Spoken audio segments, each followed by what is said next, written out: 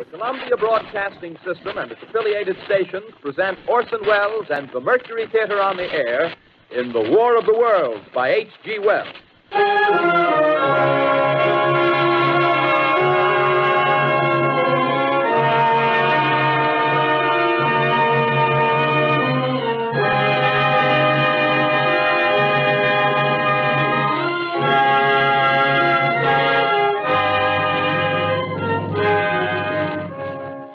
Ladies and gentlemen, the director of the Mercury Theater and star of these broadcasts, Orson Welles. We know now that in the early years of the 20th century, this world was being watched closely by intelligences greater than man's, and yet as mortal as his own. We know now that as human beings busied themselves about their various concerns, they were scrutinized and studied, perhaps almost as narrowly as a man with a microscope might scrutinize the transient creatures that swarm and multiply in a drop of water.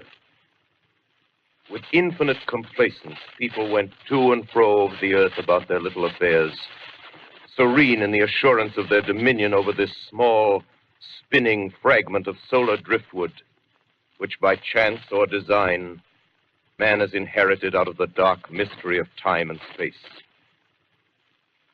Yet across an immense ethereal gulf, minds that are to our minds as ours are to the beasts in the jungle, intellects vast, cool, and unsympathetic, regarded this earth with envious eyes and slowly and surely drew their plans against us.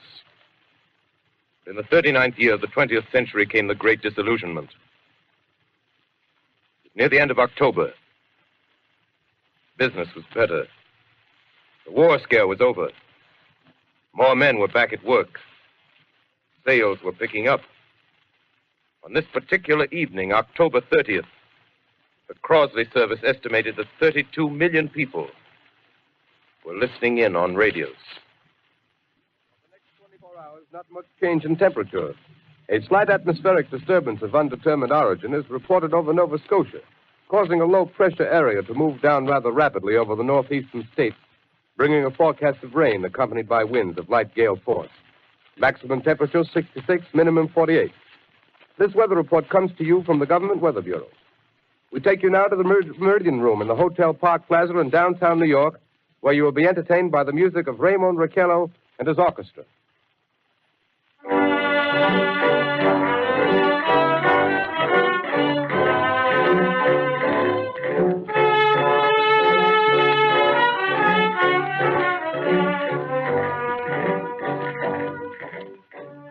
Good evening, ladies and gentlemen. From the Meridian Room in the Park Plaza Hotel in New York City, we bring you the music of Raymond Raquello and his orchestra. With a touch of the Spanish, Raymond Raquello leads off with La Capacita.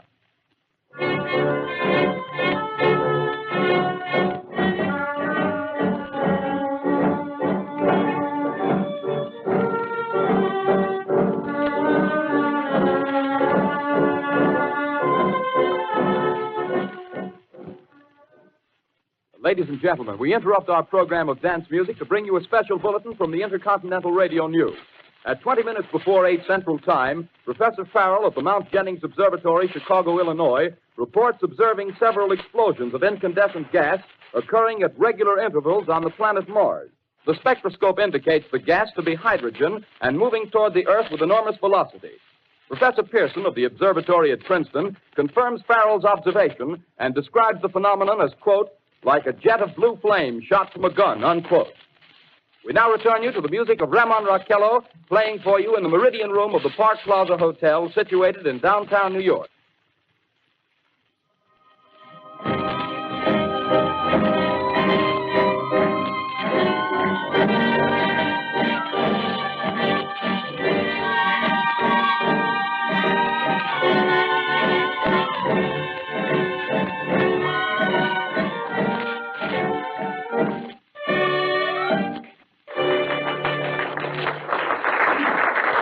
And now a tune that never loses favor, the ever-popular Stardust, Raymond Raquello and his orchestra.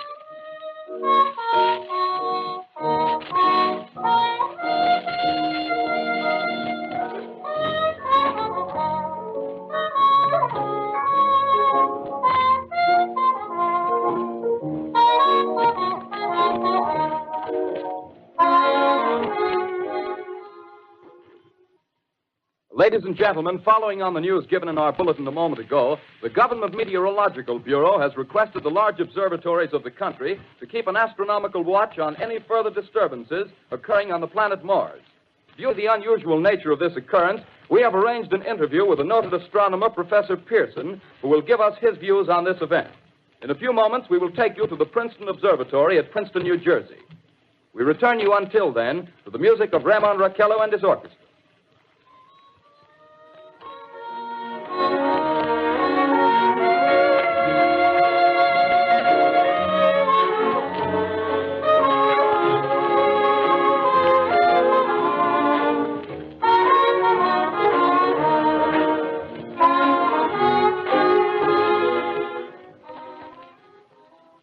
We are ready now to take you to the Princeton Observatory at Princeton, where Carl Phillips, our commentator, will interview Professor Richard Pearson, famous astronomer.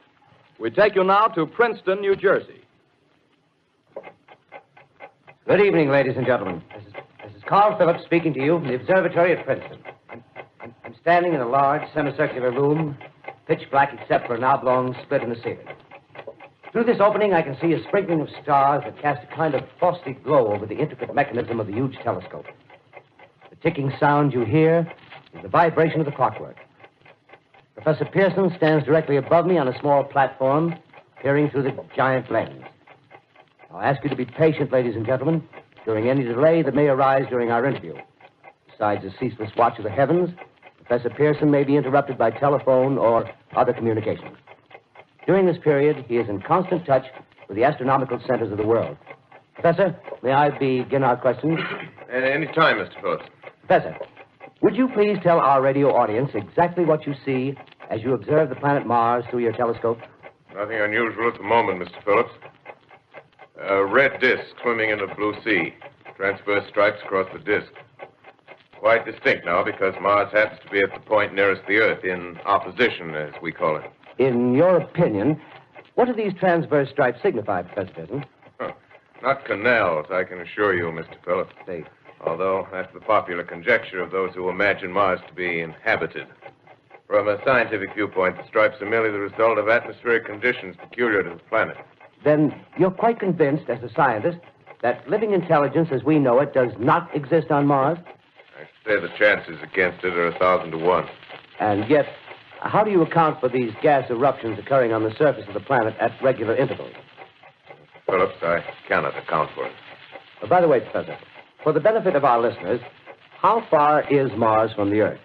Approximately 40 million miles. Well, that seems a safe enough distance. Just a moment, ladies and gentlemen. Someone has just handed Professor Pearson a message. While he reads it, let me remind you that we are speaking to you from the observatory in Princeton, New Jersey, where we are interviewing the world-famous astronomer, Professor Pearson. One moment, please. Professor Pearson has passed me a message which he has just received. Professor, may I read the message to the listening audience? Certainly, Mr. Phillips. Ladies and gentlemen, I shall read you a wire addressed to Professor Pearson from Dr. Gray of the Natural History Museum, New York. Quote, 9:15 p.m. Eastern Standard Time. Seismograph registered shock of almost earthquake intensity occurring within a radius of 20 miles of Princeton. Please investigate. Signed, Lloyd Gray, Chief of Astronomical Division. Unquote. Professor Pearson, could this occurrence possibly have something to do with the disturbances observed on the planet Mars? Hardly, Mr. Phillips. This is probably a meteorite of unusual size, and its arrival at this particular time is merely a coincidence. However, we shall conduct a search as soon as daylight permits. Thank you, Professor. Ladies and gentlemen, for the past 10 minutes, we've been speaking to you from the observatory at Princeton, bringing you a special interview with Professor Pearson, noted astronomer. This is Carl Phillips speaking. We are returning you now to our New York studio.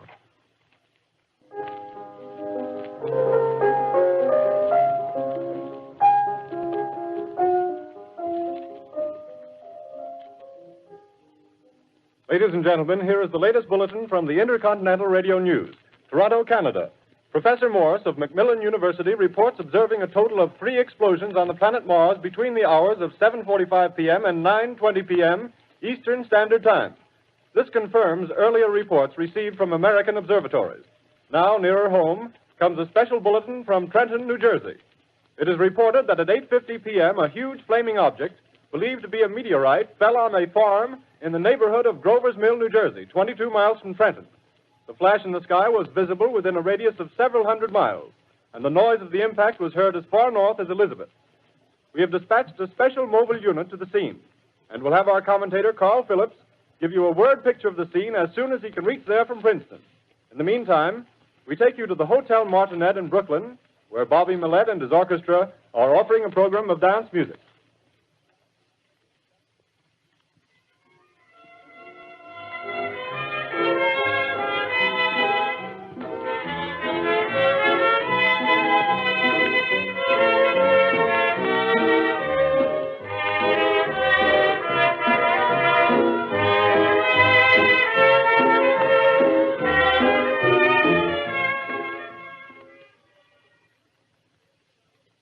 We take you now to Grover's Mill, New Jersey.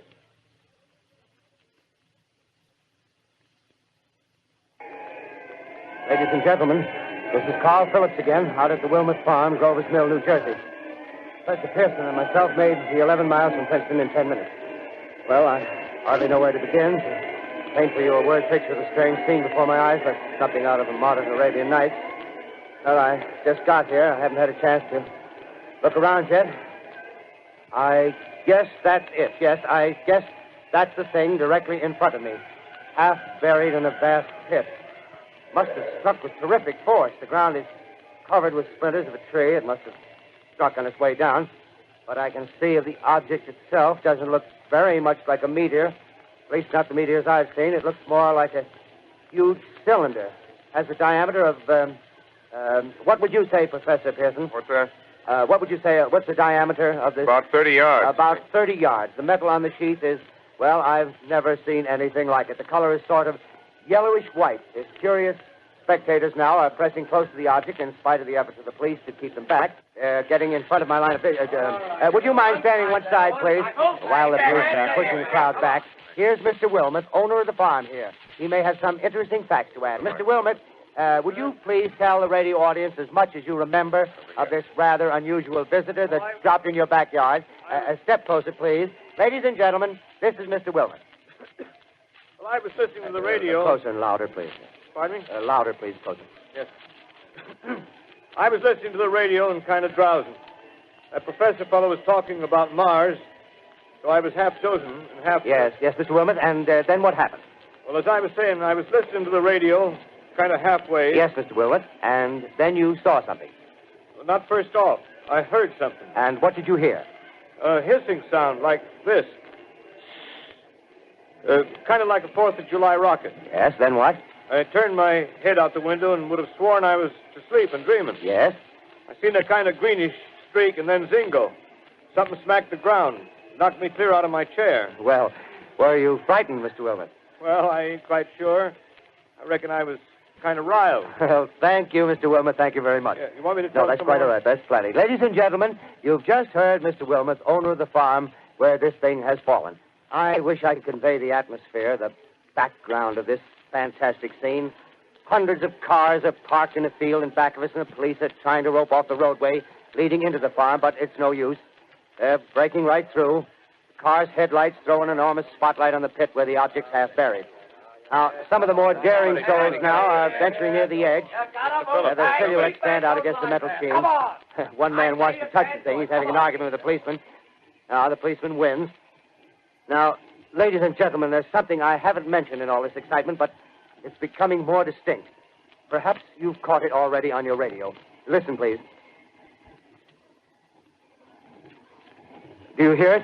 It's a curious humming sound that seems to come from inside the object. I'll move the microphone nearer. Here.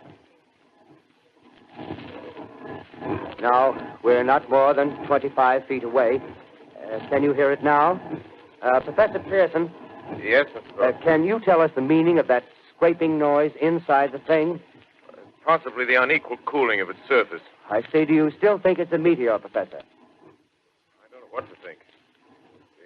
The metal casing is definitely extraterrestrial. Not found on this Earth. Friction with the Earth's atmosphere usually tears holes in a meteorite. This thing is smooth, and you can see its cylindrical Just a minute. shape. Something's happening. Ladies and gentlemen, this is terrific. This end of the thing is beginning to flake off. The top is beginning to rotate like a screw, and the thing must be hollow.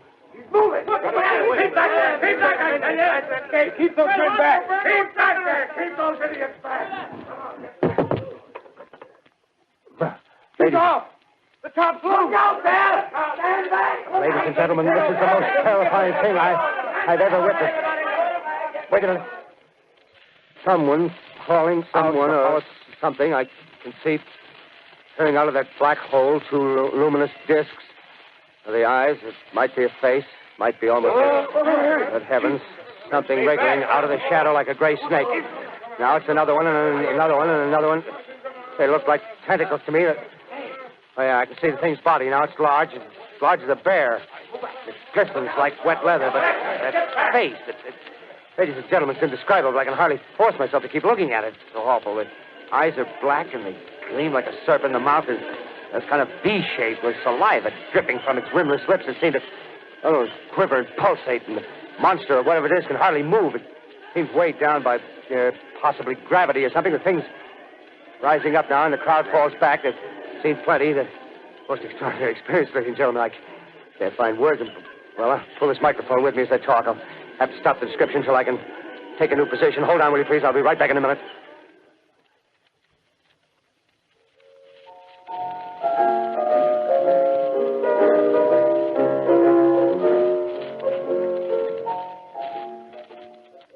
We are bringing you an eyewitness account of what's happening on the Wilmuth Farm, Grover's Mill, New Jersey.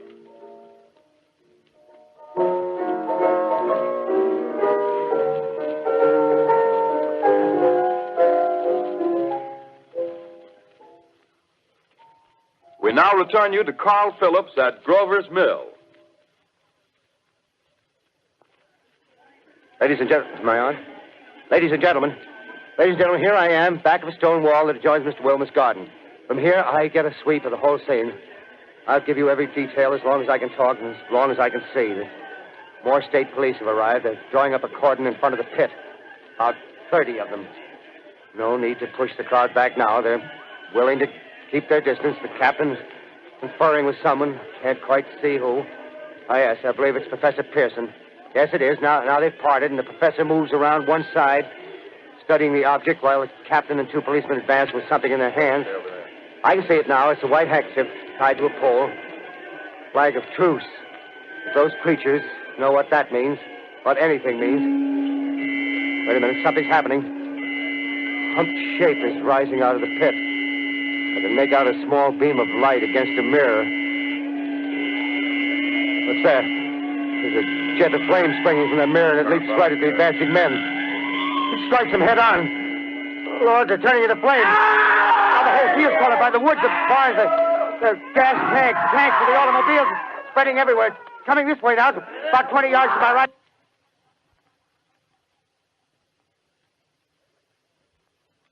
Ladies and gentlemen, due to circumstances beyond our control, we are unable to continue the broadcast from Grover's Mill. Evidently, there's some difficulty with our field transmission. However, we will return to that point at the earliest opportunity. In the meantime, we have a late bulletin from San Diego, California. Professor Indelkoffer, speaking at a dinner of the California Astronomical Society, expressed the opinion that the explosions on Mars are undoubtedly nothing more than severe volcanic disturbances on the surface of the planet. We continue now with our piano interlude.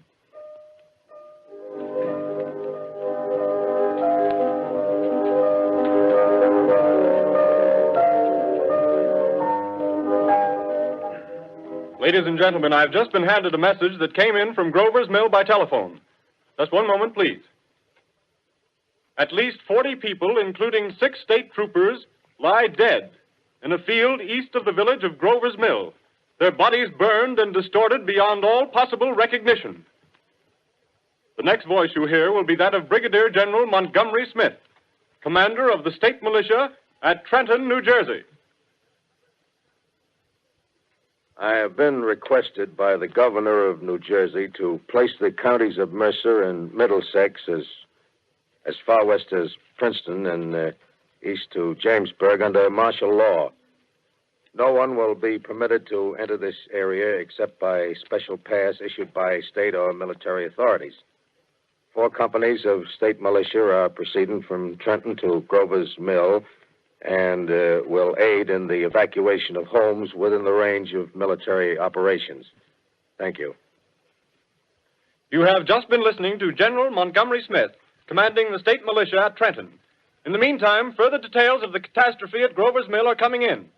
The strange creatures, after unleashing their deadly assault, crawled back in their pit and made no attempt to prevent the efforts of the firemen to recover the bodies and extinguish the fire. The combined fire departments of Mercer County are fighting the flames which menace the entire countryside. We have been unable to establish any contact with our mobile unit at Grover's Mill, but we hope to be able to return you there at the earliest possible moment. In the meantime, we take you to... Just one moment, please. Ladies and gentlemen, I have just been informed that we have finally established communication with an eyewitness of the tragedy. Professor Pearson has been located at a farmhouse near Grover's Mill, where he has established an emergency observation post. As a scientist, he will give you his explanation of the calamity. The next voice you hear will be that of Professor Pearson, brought to you by direct wire. Professor Pearson. Of the creatures in the rocket cylinder at Grover's Mill, I can give you no authoritative information either as to their nature, their origin, or their purposes here on Earth. Of their destructive instrument, I might venture some conjectural explanation. For want of a better term, I shall refer to the mysterious weapon as a heat ray. It's all too evident that these creatures have scientific knowledge far in advance of our own. It's my guess that in some way they are able to generate an intense heat in a chamber of practically absolute non-conductivity. This intense heat they project in a parallel beam against any object they choose by means of a polished parabolic mirror of unknown composition, much as the mirror of a lighthouse projects a beam of light. That is my conjecture of the origin of the heat ray. Thank you, Professor Pearson. Ladies and gentlemen, here is a bulletin from Trenton. It is a brief statement informing us that the charred body of Carl Phillips has been identified in a Trenton hospital. Now, here's another bulletin from Washington, D.C. The Office of the Director of the National Red Cross reports 10 units of Red Cross emergency workers have been assigned to the headquarters of the state militia, stationed outside of Grover's Mill, New Jersey. Here's a bulletin from State Police, Princeton Junction. The fires at Grover's Mill and vicinity are now under control. Scouts report all quiet in the pit, and there is no sign of life appearing from the mouth of the cylinder. Now, ladies and gentlemen, we have a special statement from Mr. Harry McDonald, Vice President in charge of operations. We have received a request from the state militia of Trenton to place at their disposal our entire broadcasting facilities. In view of the gravity of the situation, and believing that radio has a responsibility to serve in the public interest at all times, we are turning over our facilities to the state militia at Trenton. We take you now to the field headquarters of the state militia near Grover's Mill, New Jersey. This is Captain Lansing of the Signal Corps, attached to the state militia, now engaged in military operations in the vicinity of Grover's Mill. Situation arising from the reported presence of certain individuals of unidentified nature is now under complete control. The cylindrical object, which lies in a pit directly below our position, surrounded on all sides by 8 battalions of infantry, without heavy field pieces, but adequately armed with rifles and machine guns. All cause for alarm, if such cause ever existed, is now entirely unjustified. Things, whatever they are, do not even venture to poke their heads above the pit. I can see their hiding place plainly in the glare of the searchlights here. With all their reported resources, these creatures can scarcely stand up against heavy machine gun fire. Anyway, it's an interesting outing for the troops. I can make out their khaki uniforms crossing back and forth in front of the lights. Looks almost like a real war. There appears to be some slight smoke in the woods bordering the Millstone River. Probably fire started by campers. Well, we ought to see some action soon. One of the companies is deploying on the left flank. A quick thrust and it'll all be over. Now, wait a minute. I see something on top of the cylinder. No, it's nothing but a shadow. Now the troops are on the edge of the Wilmot Farm. 7,000 armed men closing in on an old metal tube. A tub, rather. Well, wait, that wasn't a shadow. It's something moving. solid metal, kind of a shield-like affair rising up out of the cylinder. It's going higher and higher. What? It's standing on legs, actually rearing up on a sort of metal framework. Now it's reaching above the trees and the searchlights are on it. Hold on.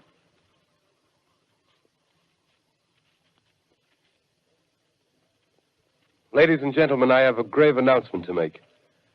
Incredible as it may seem, both the observations of science and the evidence of our eyes lead to the inescapable assumption that those strange beings who landed in the Jersey farmlands tonight are the vanguard of an invading army from the planet Mars.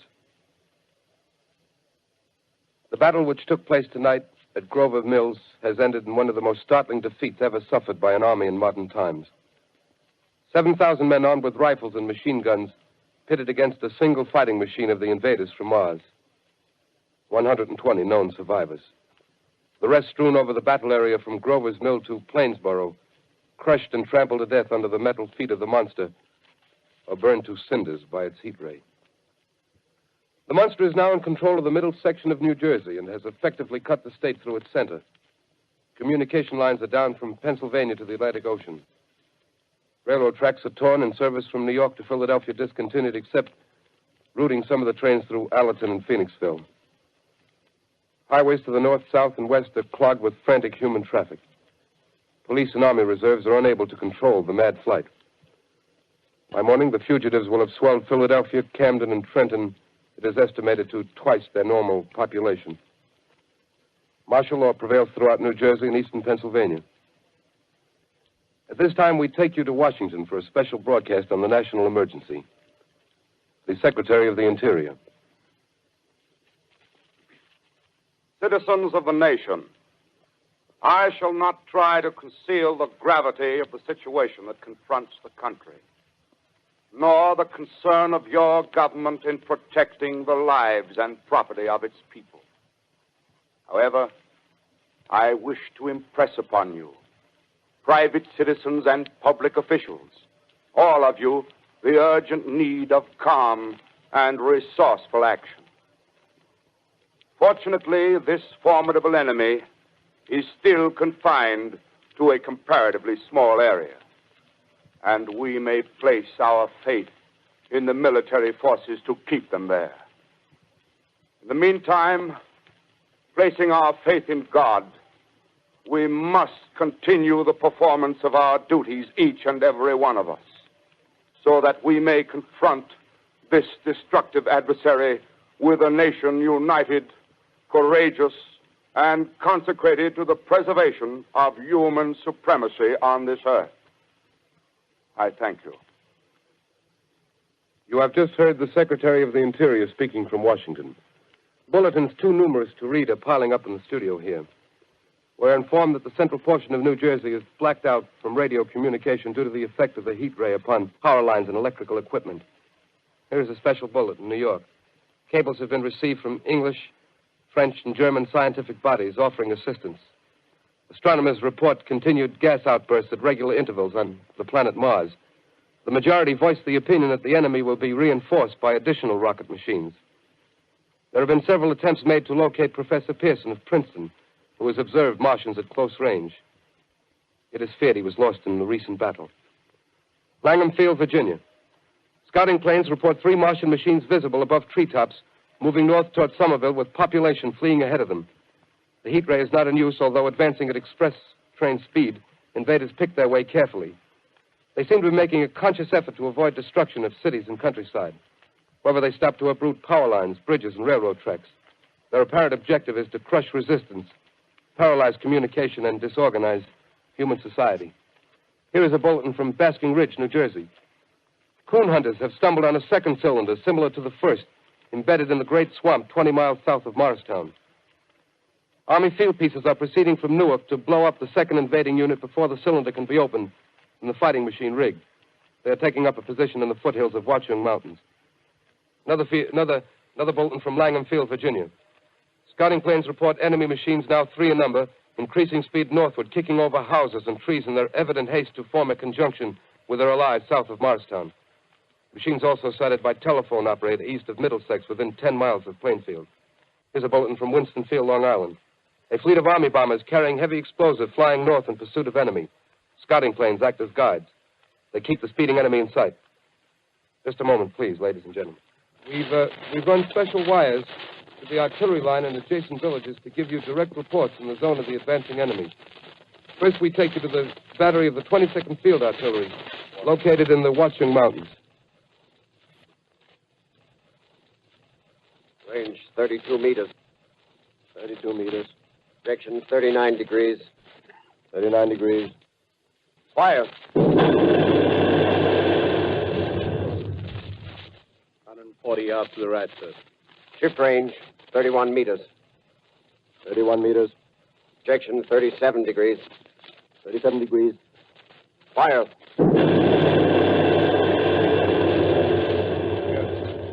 8, sir. Got the tripod of one of them. Let's stop it. The others are trying to repair it. Quick, get the range. Shift 30 meters. 30 meters. Projection 27 degrees. 27 degrees. Fire. Can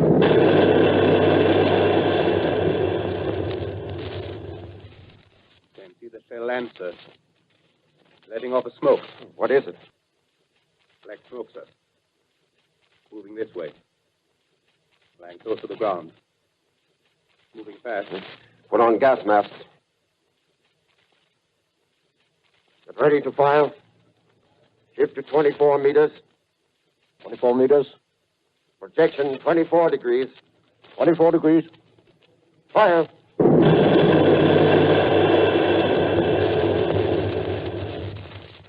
Still can't see, sir. Smoke's coming nearer. Get the range. 23 meters. 23 meters. 23 meters.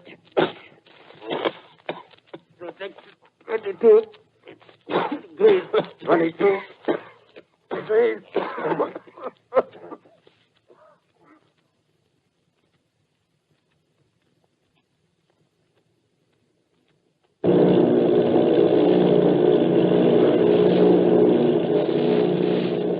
Army bombing plane V-843 off Bayonne, New Jersey. Lieutenant Vogt, commanding 8 bombers, reporting to Commander Fairfax, Langham Field.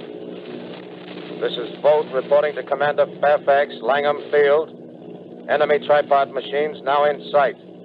Reinforced by 3 machines from the Morristown cylinder. 6 altogether. 1 machine partially crippled. Believed hit by shell from Army gun in Watchung Mountains. Guns now appear silent. A heavy black fog hanging close to the earth of extreme density, nature unknown. No sign of heat ray. Enemy now turns east, crossing Passaic River into the Jersey marshes. Another straddles the Pulaski Skyway. Evident objective is New York City. They're pushing down a high-tension power station. Machines are close together now, and we're ready to attack. Planes circling, ready to strike.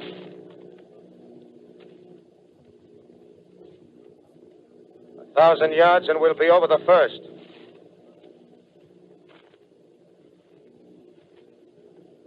Eight 800 yards.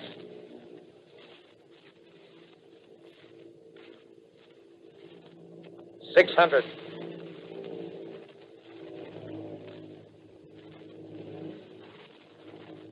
400. 200. There they go. The giant arm raised. Green flash. They're spraying us with flame. 2,000 feet. Engines are giving out. No chance to release bombs. Only one thing left. Drop on them, plane and all.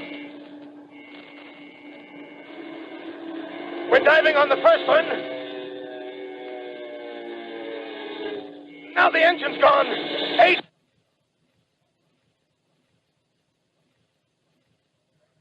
This is Bayonne, New Jersey, calling Langham Field.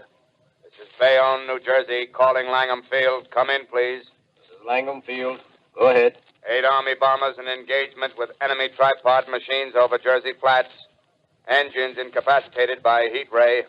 All crashed. 1 enemy machine destroyed. Enemy now discharging heavy black smoke in direction of...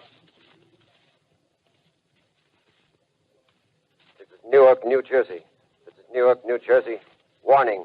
Poisonous black smoke pouring in from Jersey marshes. Reaches South Street. Gas masks useless.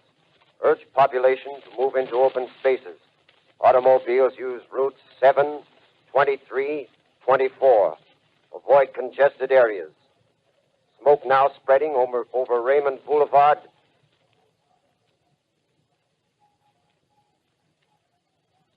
X2L calling CQ, 2X2L calling CQ, 2X2L calling 8X3R. Come in, please. This is 8X3R coming back at 2X2L. How's reception? How's reception? K, please.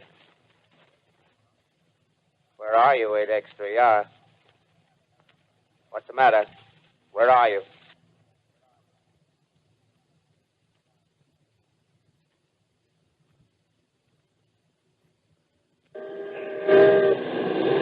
I'm speaking from the roof of Broadcasting Building. I'm speaking from the roof of Broadcasting Building, New York City. The bells you hear are ringing to warn the people to evacuate the city as the Martians approach.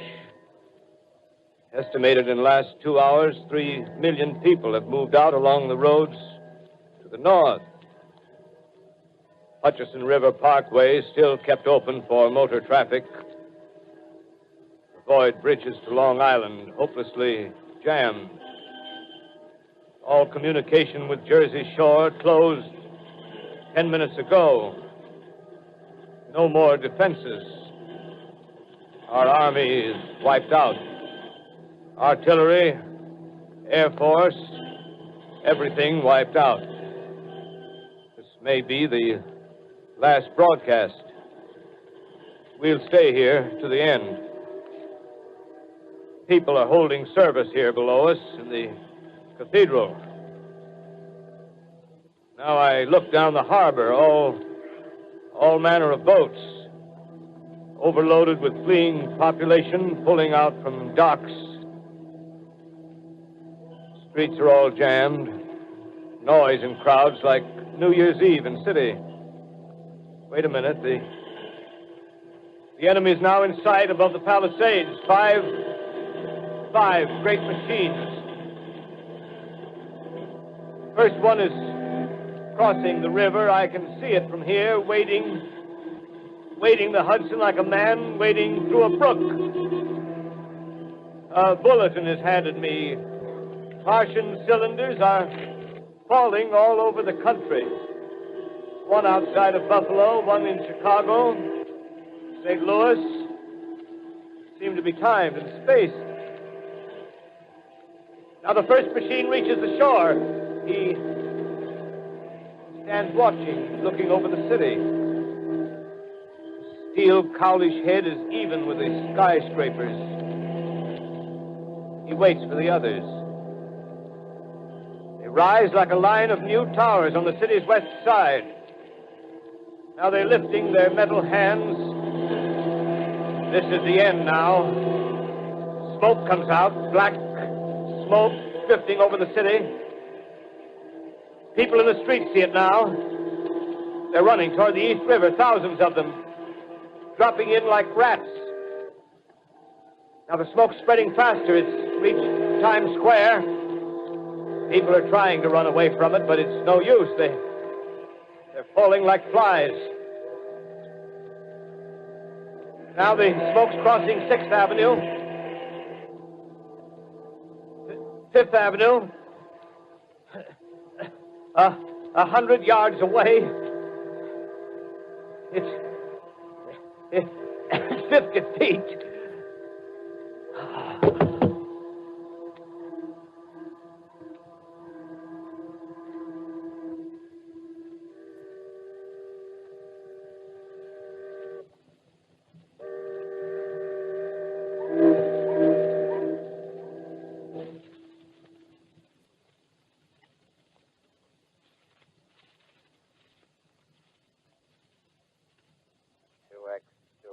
Calling CQ. 2X2L calling CQ. 2X2L calling CQ, New York. Isn't there anyone on the air? Isn't there anyone on the air? Isn't there anyone? 2X2L.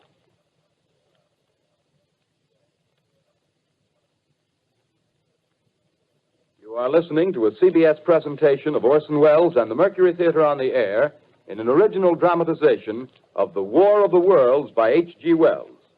The performance will continue after a brief intermission. This is the Columbia Broadcasting System. The War of the Worlds by H.G. Wells, starring Orson Welles and the Mercury Theater on the Air.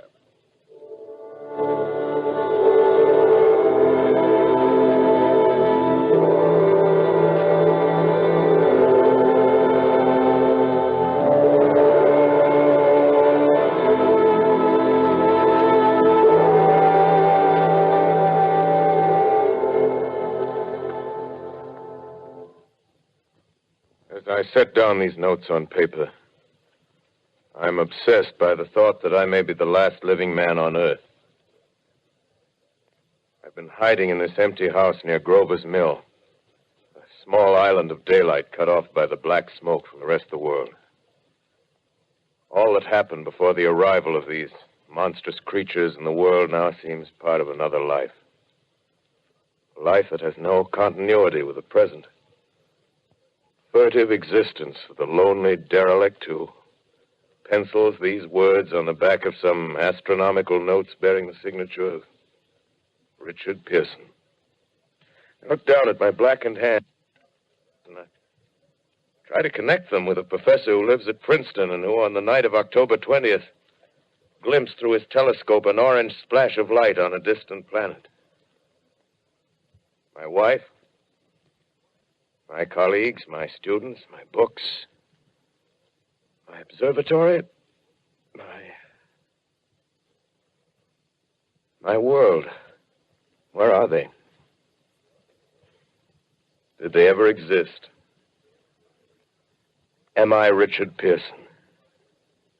What day is it? Do days exist without calendars? Does time pass when there are no human hands left to wind the clocks? Writing down my daily life, I tell myself I shall preserve human history between the dark covers of this little book that was meant to record the movements of the stars. But to write, I must live, and to live, I must eat. Find moldy bread in the kitchen and an orange not too spoiled to swallow.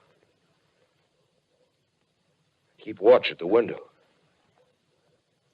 Time to time, I catch sight of a Martian above the black smoke. The smoke still holds the house in its black coil, but at length there's a hissing sound, and suddenly I see a Martian mounted on his machine, spraying the air with a jet of steam as if to dissipate the smoke. I watch in a corner as his huge metal legs nearly brush against the house. Exhausted by terror, I fall asleep. Morning. Sun streams in the window. The black cloud of gas is lifted, and the scorched meadows to the north look as though a black snowstorm had passed over them. I venture from the house. I make my way to a road, no traffic. Here and there, a wrecked car, baggage overturned, a blackened skeleton. Push on north. For some reason, I feel safer trailing these monsters than running away from them. And I keep a careful watch. I've seen the Martians feed. Should one of their machines appear over the top of trees, I'm ready to fling myself flat on the earth. Come to a chestnut tree. October. Chestnuts are ripe. Fill my pockets. I must keep alive. 2 days I wander in a vague northerly direction through a desolate world. Finally, I notice a living creature. A small red squirrel in a beech tree. I stare at him and wonder. He stares back at me. I believe at that moment the animal and I shared the same emotion. The joy of finding another living being. Push on north. I find dead cows in a brackish field, and beyond the charred ruins of a dairy and a silo. Remain standing guard over the wasteland like a lighthouse. Deserted by the sea. Astride the silo perches a weathercock. The arrow points north. North. Next day, I come to a city. City vaguely familiar in its contours, yet its buildings strangely dwarfed and leveled off as if a giant had sliced off its highest towers with a capricious sweep of his hand. Reached the outskirts. I found Newark. Newark, undemolished but humbled by some whim of the advancing Martians. Presently, with an odd feeling of being watched, I caught sight of something crouching in a doorway. I made a step towards it. It rose up and became a man. A man armed with a large knife. Stop! Where do you come from? I come from many places. A long time ago, from Princeton. Princeton, huh? That's near Grover's Mill. Yes. Grover's Mill. There's no food here. This is my country. All this end of town down the river. There's only food for one. Which way are you going? I don't know. I guess I'm looking for people. Hey, what was that? Did you hear something just then? No. Only a bird. A live bird. Yeah. You get to know that birds have shadows these days. Say, we're in the open here. Let's crawl in this doorway here and talk. Have you seen any Martians? No. They're going over to New York. Night, the sky's alive with their lights, just as if people were still living in it. By daylight, you can't see them. 5 days ago, a couple of them carried something big across the flats from the airport. I think they're learning how to fly. Fly? Yeah, fly. Then it's all over with humanity. Stranger, there's still you and I. 2 of us left. Yeah. They got themselves in solid. They wrecked the greatest country in the world. Those green stars, they're probably falling somewhere every night. They've only lost one machine. There isn't anything to do. We're done. We're licked. Where were you? You're in a uniform. Yeah, what's left of it. I was in the militia. National Guard. That's good. There wasn't any war. Any more than there's war between men and ants. Yes, but we're eatable ants. I found that out. What'll they do to us? I thought it all out. Right now, we're caught as we're wanted. A Martian only has to go a few miles to get a crowd on the run. But they won't keep on doing that. They'll begin catching us systematic, like keeping the best and storing us in cages and things. They haven't begun on us yet. Not begun? Not begun. All that's happened so far is because we don't have sense enough to keep quiet. Bothering them with guns and such stuff and losing our heads and rushing off in crowds. No, instead of our rushing around blind, we got to fix ourselves up. Fix ourselves up according to the way things are now. Cities, nations, civilization, progress. Yes, but if that's so, what is there to live for? Well, there won't be any more concerts for 1,000,000 years or so, and no nice little dinners at restaurants. If it's amusement you're after, I guess the game's up. What is there left? Life, that's what. I want to live. Yeah, and so do you. We're not going to be exterminated. And I don't mean to be caught either. Tamed and fattened and bred like an ox. What are you going to do? I'm going on. Right under their feet. I got a plan. We men as men, we're finished. We don't know enough. We got to learn plenty before we got a chance. We've got to live and keep free while we learn, see? I've thought it all out, see? Well, tell me the rest. Well, it isn't all of us that are made for wild beasts. That's what it got to. That's what it got to be. That's why I watched you. Watched you. All those little office workers that used to live in these houses. They'd be no good. They haven't any stuff in them. They used to run Run off to work. I've seen hundreds of them running to catch their commuter's train in the morning, afraid they'd get canned if they didn't. Running back at night, afraid they wouldn't be in time for dinner. Lives insured and a little invested in case of accidents. Yeah, and on Sundays, worried about the hereafter. Well, the Martians, they'll be a godsend for those guys. Nice, roomy cages, good food, careful breeding, no worries. Yeah, after a week or so of chasing around the fields on empty stomachs, they'll come and be glad to be caught. You've thought it all out, haven't you? Sure, you bet I have. That isn't all. These Martians are going to make pets of some of them. Train them to do tricks. Who knows, get sentimental over the pet boy who grew up and had to be killed. Yeah, and some maybe, they'll train to hunt us. Oh, no, it's impossible. Human Yes, they will. There's men who do it gladly. If one of them ever comes after me, by... In the meantime, you and I and others like us, where are we to live when the Martians own the Earth? I got it all figured out. We'll live underground. I've been thinking about the sewers. Under New York, there are miles and miles of them. The main ones, they're big enough for anybody. Then there's cellars, vaults, underground storerooms, railway tunnels, subways.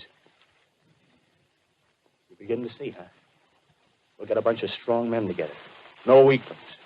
That rubbish, out. As you meant me to go. All right. Give you a chance, didn't I? Won't quarrel about that. Go on. Well, we got to make safe places for us to stay in, see? Get all the books we can. Science books. That's where men like you come in, see? We raid the museums. We'll even spy on the Martians. May not be so much we have to learn before... Listen. Just imagine this. 4 or 5 of their own fighting machines suddenly start off. Heat rays right and left. Not a Martian in them. Not a Martian in them, see? But men. Men who've learned the way how. May even be in our time. Gee. Imagine having one of them lovely things with its heat ray wide and free. We'd turn it on Martians. We'd turn it on men. We'd bring everybody down on their knees. That's your plan. You, me, a few more of us. We'd own the world. I see. Hey. Hey, what's the matter? Where are you going? Not to your world. Bye, stranger. Well, after parting with the artilleryman, I came at last to the Holland Tunnel, entered that silent tube, anxious to know the fate of the great city on the other side of the Hudson. Cautiously, I came out of the tunnel and made my way up Canal Street. Reached 14th Street, and there again were black powder and several bodies and an evil, ominous smell from the gratings of the cellars of some of the houses. I wandered up through the 30s and 40s, stood alone on Times Square. Caught sight of a lean dog running down 7th Avenue with a piece of dark brown meat in his jaws and a pack of starving mongrels at his heels. Made a wide circle around me as though he feared I might prove a fresh competitor. Walked up Broadway in the direction of that strange powder, past silent shop windows, displaying their mute wares to empty sidewalks.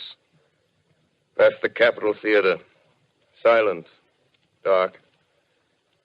Past a shooting gallery where a row of empty guns faced an arrested line of wooden ducks.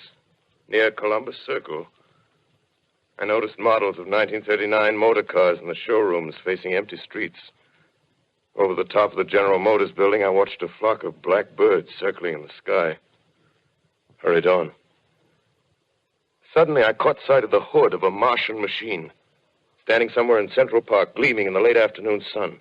An insane idea. I rushed recklessly across Columbus Circle and into the park. I climbed a small hill above the pond at 60th Street, and from there I could see standing in a silent row along the mall 19 of those great metal titans, their cowls empty, their steel arms hanging listlessly by their sides. I looked in vain for the monsters that inhabit those machines. Suddenly, my eyes were attracted to the immense flock of black birds that hovered directly below me. They circled to the ground. And there before my eyes, stark and silent, lay the Martians with the hungry birds pecking and tearing brown shreds of flesh from their dead bodies. Later, when their bodies were examined in laboratories, it was found that they were killed by the putrefactive and disease bacteria against which their systems were unprepared. Slain, after all, man's defenses had failed by the humblest thing that God, His wisdom, has put upon this earth. Before the cylinder fell, there was a general persuasion that through all the deep of space, no life existed beyond the petty surface of our minute sphere. Now we see further. Dim and wonderful is the vision I've conjured up in my mind of life spreading slowly from this little seedbed of the solar system throughout the inanimate vastnesses of sidereal space. But it's a remote dream. Maybe that the destruction of the Martians is only a reprieve to them and not to us. Is the future ordained, perhaps? Strange it now seems to sit in my peaceful study at Princeton, writing down this last chapter of the record, begun at a deserted farm in Grover's Mill. Strange to watch children playing in the streets. Strange to see young people strolling on the green where the new spring grass heals the last black scars of a bruised earth. Strange to watch the sightseers enter the museum where the dissembled parts of a Martian machine are kept on public view. Strange when I recall the time when I first saw it. Bright and clean-cut, hard and silent under the dawn of that last great day.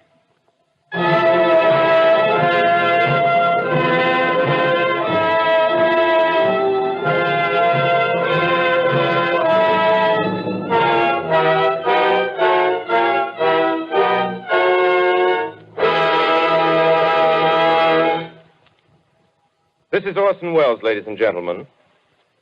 Out of character, to assure you that the War of the Worlds has no further significance than as the holiday offering it was intended to be. The Mercury Theater's own radio version of dressing up in a sheet and jumping out of a bush and saying boo. Starting now, we couldn't soap all your windows and steal all your garden gates by tomorrow night, so we did the best next thing. We annihilated the world before your very ears and utterly destroyed the CBS. You will be relieved, I hope, to learn that we didn't mean it and that both institutions are still open for business. So goodbye, everybody, and remember, please, for the next day or so, the terrible lesson you learned tonight.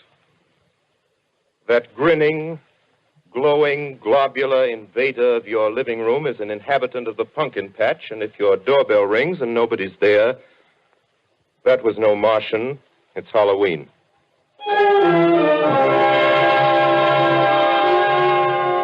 Tonight, the Columbia Broadcasting System and its affiliated stations coast to coast has brought you The War of the Worlds by H.G. Wells, the 17th in its weekly series of dramatic broadcasts featuring Orson Welles and the Mercury Theater on the air. Next week, we present a dramatization of 3 famous short stories. This is the Columbia Broadcasting System.